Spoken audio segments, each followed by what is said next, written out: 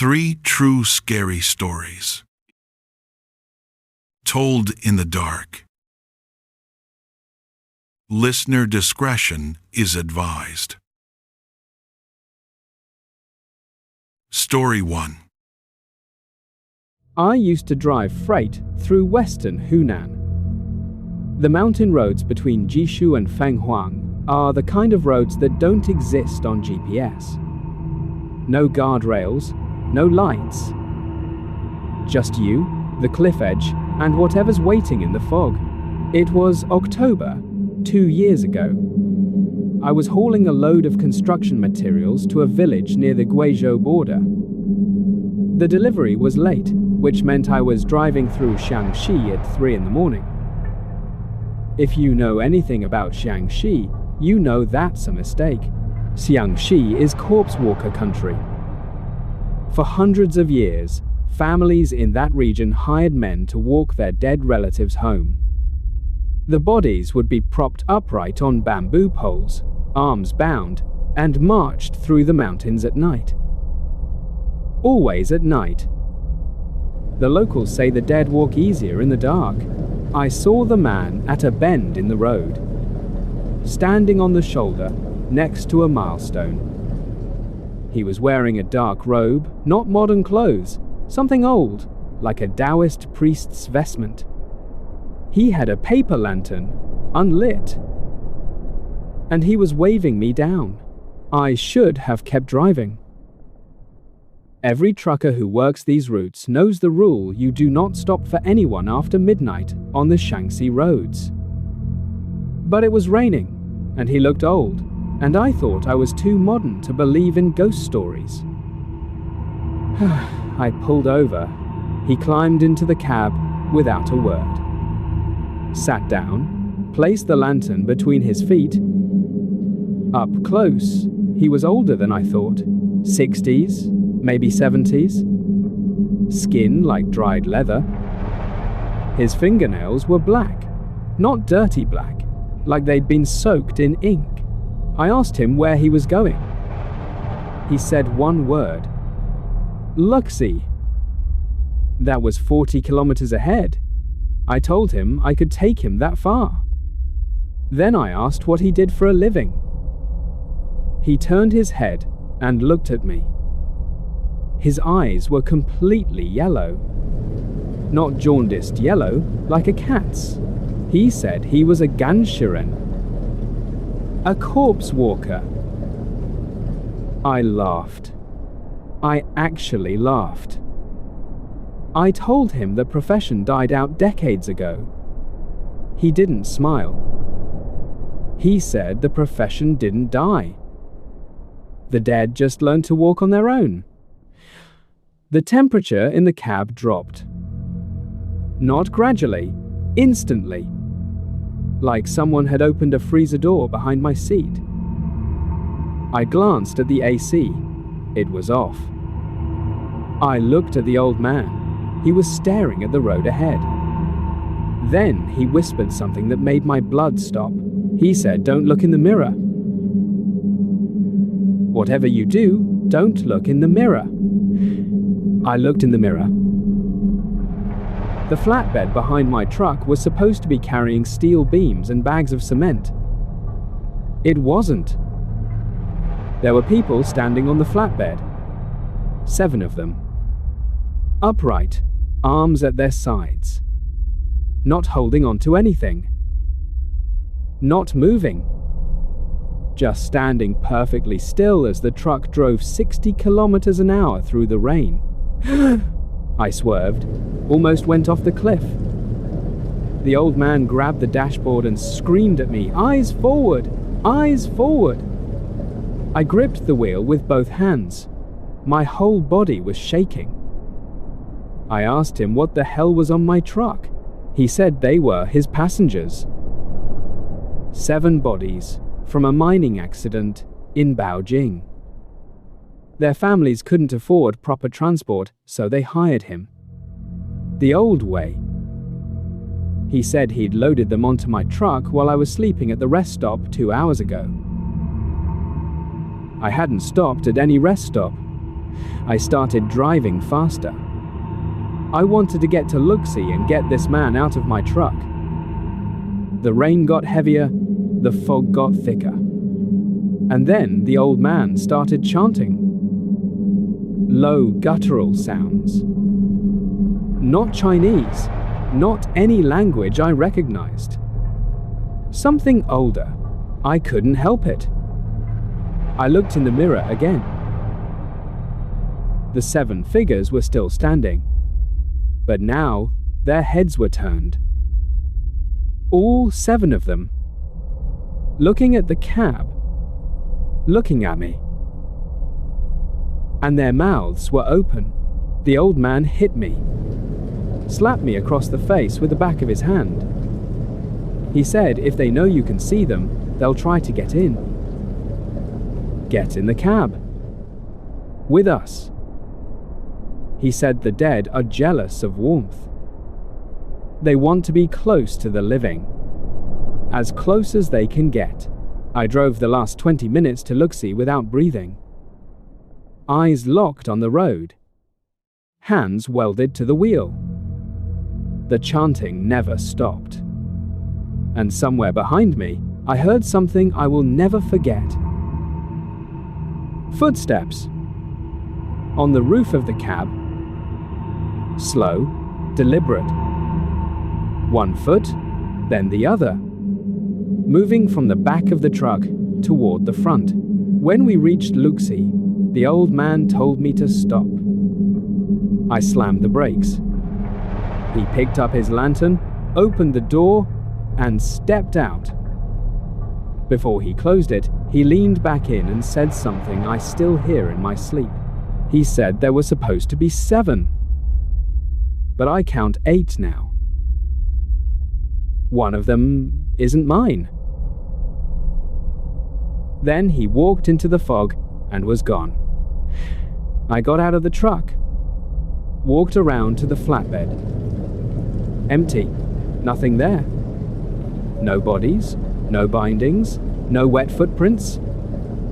Just my steel beams and cement bags. Exactly as I'd loaded them in Jishou, but on the roof of my cab, there were handprints. 8 sets of handprints. Pressed into the metal. Not mud, not oil. The prints were burned into the paint. Like someone had pressed their hands against the roof while their skin was on fire. I sold the truck the next week. Ugh. I don't drive through Xiangxi anymore. I don't drive at night anymore. And when someone tells me the dead can walk... Story 2. I spent a summer working at a family mart in Aomori Prefecture, northern Japan. The store was on Route 4, between the city and the coast. Nothing around it but rice paddies and forest. During the day it was fine. Normal customers, normal routine. But I worked the night shift. And the night shift on Route 4 was anything but normal. The first thing my manager told me was the 3:30 rule. He said it casually, like he was explaining how to restock the onigiri shelf. Between 3 and 4 a.m., if a woman comes in wearing a white dress, you serve her. You don't make conversation. You don't look her in the eyes. You scan her items, take her money, and let her leave. That's it. I asked him if he was serious. He looked at me like I'd asked if water was wet. He said every clerk who'd worked the overnight shift for the past 3 years had seen her. She came in 2 or 3 times a week, always between 3:30 and 3:40, always alone. My first week, nothing happened. Second week, nothing.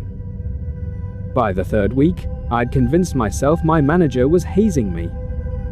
Classic senpai initiation ritual. Then Thursday came, 3:33 a.m. The automatic doors opened, but nobody walked in. The sensor triggered, the doors slid apart, and then nothing. Just cold air from outside. I stared at the entrance. The doors stayed open for about 5 seconds, then closed. And she was standing in the middle of aisle 3.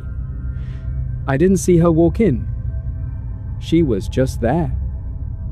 White dress.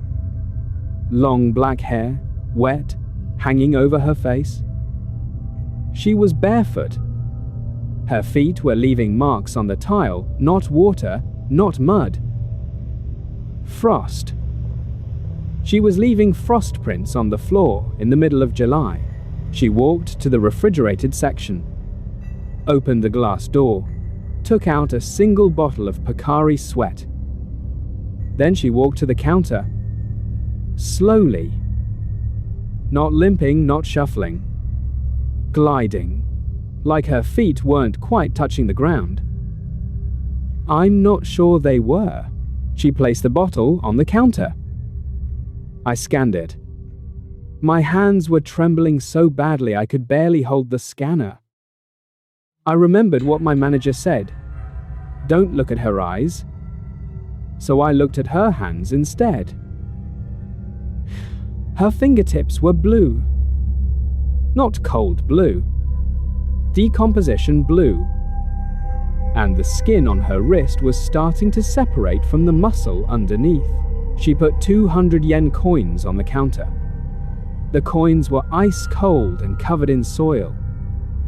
I took them, gave her change. She picked up the bottle, turned around, and walked toward the door. I watched her feet the entire time.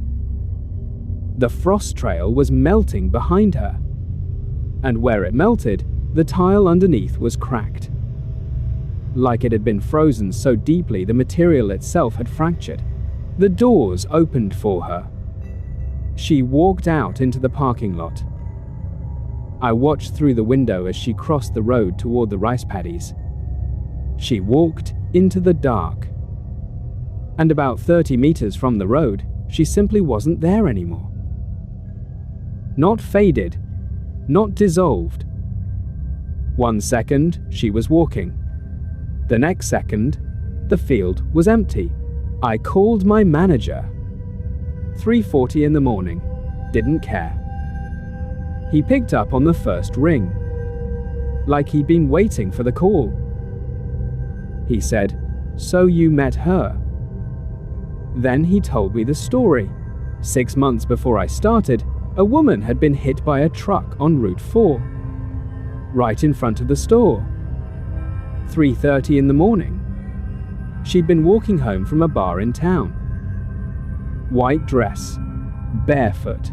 She'd taken off her heels because they hurt. The truck driver said she appeared on the road from nowhere, like she'd walked straight out of the rice paddy. She died on impact. They found a receipt in her purse from that same Family Mart. 1 bottle of Pocari Sweat, purchased at 3:33 a.m. the night she died. That was her last purchase. And she keeps making it. Over and over. 2 or 3 times a week. My manager said 3 clerks had quit before me. One of them broke the rule. He looked her in the eyes. My manager found him the next morning, sitting behind the counter, completely unresponsive. Eyes open, not blinking.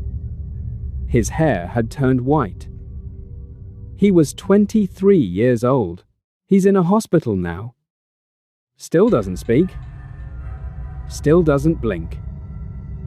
The doctors say there's nothing physically wrong with him. His brain works fine, his body works fine. But whatever he saw when he looked into her eyes, it emptied him. Like someone had reached in and scooped out everything that made him a person. I worked 3 more shifts after that night. She came back twice. Same time, same bottle, same frost on the floor. I kept my eyes on the scanner every single time. The last time, she stood at the counter longer than usual. I could feel her looking at me, waiting for me to look up, and then she spoke. She said in perfect, clear Japanese, "Why won't you look at me?" Her voice sounded like it was coming from inside a well, wet and hollow and deep. Every part of me wanted to look up. My neck actually started turning on its own, like something was pulling my chin upward. I grabbed the counter with both hands and stared at my fingers until she left. I quit the next day. Didn't even go back for my last paycheck. My manager wasn't surprised. He said most people last about a month. He's been there 11 years. I asked him how he handles it. He said, "You get used to it." Then he paused and said, "No. You don't. You just get better at not looking up." I went back to that stretch of Route 4 last year. During the day, the Family Mart was still there, still open. The floor in aisle 3 had been replaced. New tiles. But if you looked closely, Story 3. if you've ever backpacked through Southeast Asia, you know the type of building I'm talking about. 6 floors, concrete, no elevator. The kind of place where the hallways smell like mildew and burnt incense, and the Wi-Fi password is written on the wall in marker. 80 baht a night, about $2. You get what you pay for. I found the place on Khao San Road. August 2023. I was 3 months into a gap year and running low on cash. The landlord was a tiny woman in her 70s, chain smoker. She spoke decent English. Showed me a room on the 5th floor. Clean enough, working fan, shared bathroom. I took it. Before I went upstairs, she grabbed my arm. Hard. Her fingers were like wire. She said 3 rules. No cooking in the room, no bringing girls back, and do not go to the 3rd floor. Ever. For any reason, I asked her why. She said the 3rd floor is closed. I asked her what was wrong with it. She said, "It's not closed because something is wrong with it. It's closed because something lives there." Then she let go of my arm and went back to watching her soap opera. Conversation over. For the first week, I followed the rules. Every time I took the stairs, I'd pass the 3rd floor landing. The door to the hallway was shut. Not locked, just shut. There was a spirit house mounted on the wall next to it. You know those little shrines the Thai put outside buildings? Except this one was on the inside, and it was overflowing with offerings.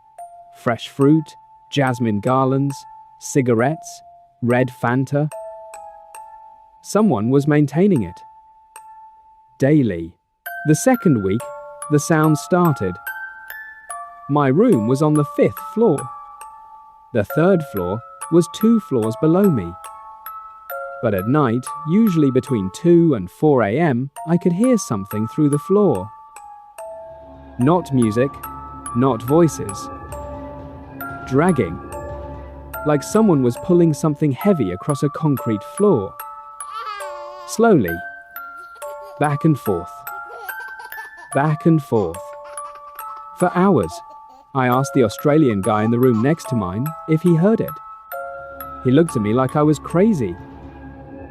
He said he'd been there 2 months and never heard anything from the 3rd floor. That night I pressed my ear to the floor. The dragging was louder than ever. And under the dragging, barely audible, breathing. Not human breathing. Too slow. 1 inhale every 30 seconds.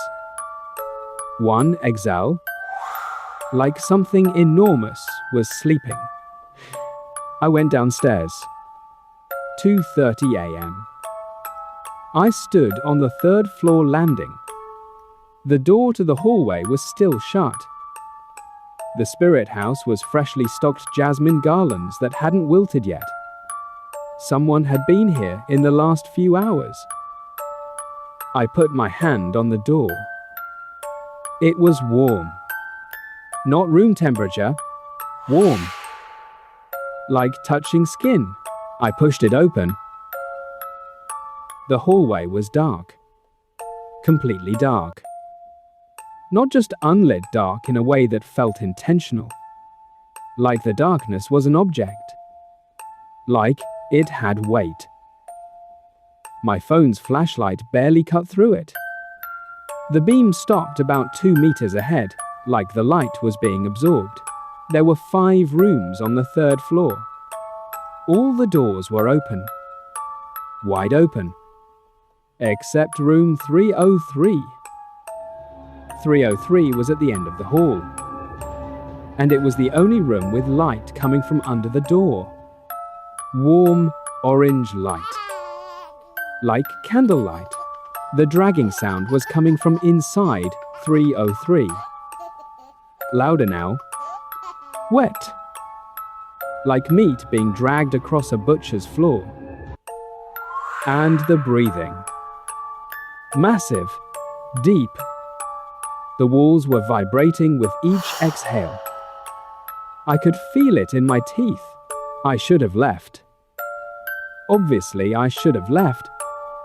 But something was pulling me forward. Not curiosity.